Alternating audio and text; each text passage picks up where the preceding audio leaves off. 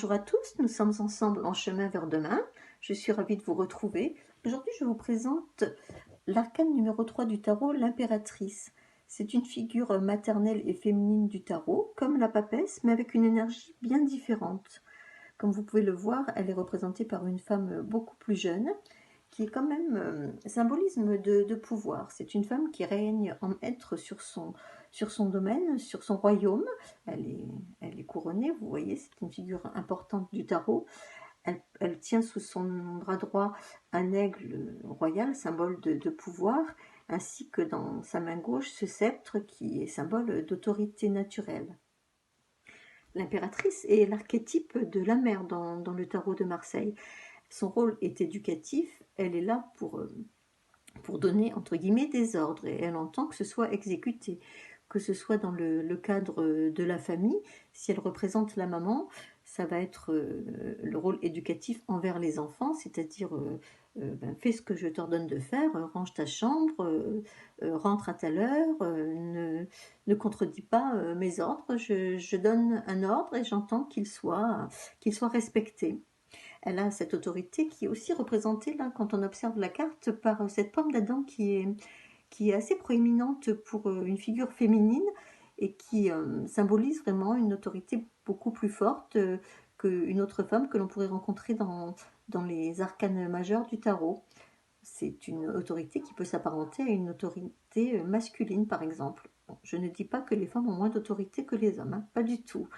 Donc si c'est un chef d'entreprise, l'impératrice va aussi être représentée par une femme parfois assez jeune qui donne des ordres et qui entend se faire respecter et qui sait se faire respecter. Elle a également ce symbole au niveau du chakra de la gorge, représente aussi une facilité de communication.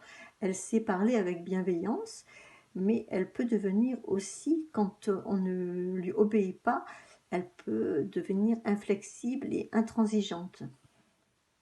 Voilà, vous connaissez un peu mieux l'impératrice quand elle se présente dans un tirage. Donc, pour contrer un petit peu ce défaut, entre guillemets, d'intransigeance, de discipline excessive, de manque de souplesse, l'impératrice peut faire appel à l'élixir Rockwater dans la méthode du Dr Bach. C'est le seul élixir, comme son nom l'indique, qui n'est pas composé de fleurs, mais d'eau de roche, tout simplement parce que l'eau de roche dans la nature fait fi de tous les obstacles, de tous les méandres qu'elle peut rencontrer. Elle coule doucement, avec beaucoup de douceur, de souplesse. Elle façonne le paysage avec sûreté pour le rendre plus joli, on pourrait dire à l'image de l'être humain, pour arrondir les angles dans ses rapports. C'est un élixir qui va être d'une grande aide à sa prise pour eh bien, justement apporter cette souplesse dont on a besoin parfois pour ne pas apparaître aux yeux des autres comme une personne qui est dans une ascèse très stricte, qui donne l'impression de ne plus avoir de joie de vivre, de ne penser que à son rôle de dirigeant, de dirigeante, et qui peut parfois s'oublier et vivre une souffrance par rapport à l'image qu'elle peut donner aux autres, parce elle se replie un peu sur elle-même, et cette image qu'elle s'est forgée, elle a un petit peu peur de la perdre, et peut-être elle a peut-être du mal aussi à montrer qu'elle est capable de communiquer autrement. Donc la prise de l'élixir peut vraiment aider dans ce sens et réveiller justement cette bienveillance qui la caractérise au départ.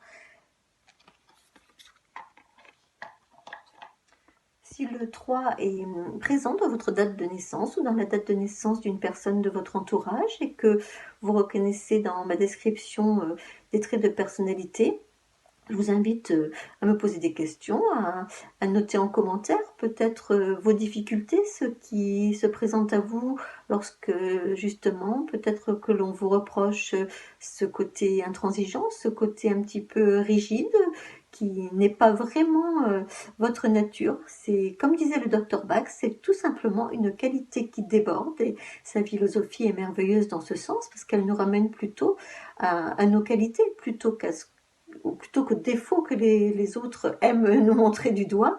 Donc concentrez-vous toujours sur le positif et n'hésitez pas à revenir vers moi pour plus d'explications.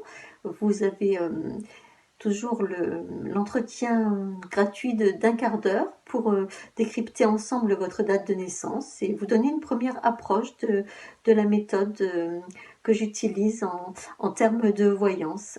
Je vous remercie beaucoup de votre écoute. Merci pour vos likes, pour vos abonnements. C'est très gentil de votre part et j'y suis très très sensible.